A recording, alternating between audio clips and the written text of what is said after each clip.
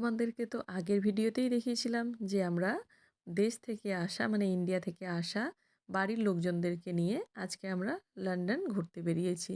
তো সেই লন্ডনে আজকে ওদের ইচ্ছে ছিল গ্রিনিচটা প্রথমে দেখার, সো গ্রিনিচ যাব প্রথমে। সেই গ্রিনিচে কী কী রয়েছে না রয়েছে সেগুলোই আজকের ভিডিওতে দেখব।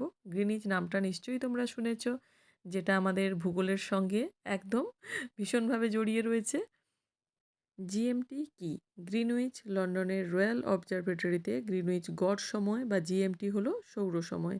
এটিকে 19 শতকে বিশ্বের প্রধান মধ্যরেখা রেফারেন্স বা 0 ডিগ্রি দ্রাঘিমাংশ হিসাবে প্রতিষ্ঠিত করা হয়েছিল। আর ঐতিহাসিকভাবে 1972 সালে সমন্বিত সর্বজনীন সময় ইউটিসি দ্বারা প্রতিস্থাপিত হওয়ার আগে জিএমটি আন্তর্জাতিক বেসামরিক সময়মান হিসাবে ব্যবহৃত হতো। সেই যে রোপওয়ে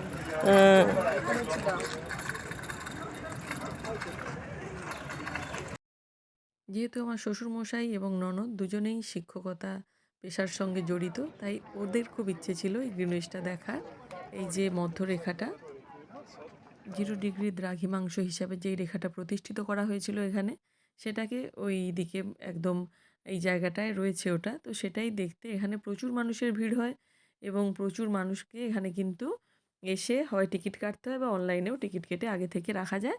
তারপরে ঘুরে দেখা যায়। ঘুরে দেখতে মোটামুটি, হ্যাঁ, মোটামুটি 1.5 ঘন্টা মতন হাতে টাইম নিয়ে ঢুকলে ভালো। কারণ এর ভিতরে একটা মিউজিয়াম রয়েছে, বিভিন্ন ধরনের পুরনো দিনের ঘড়ি রয়েছে। ফলে সবকিছু দেখার পরে আমরা বাইরে বেরিয়ে একটু টি ব্রেক নিচ্ছিলাম। আর এমন একটা জায়গায় এসে কয়েকটা ছবি তুলব না তা তো হতেই পারে না। তাই থাকলো কয়েকটা ছবি।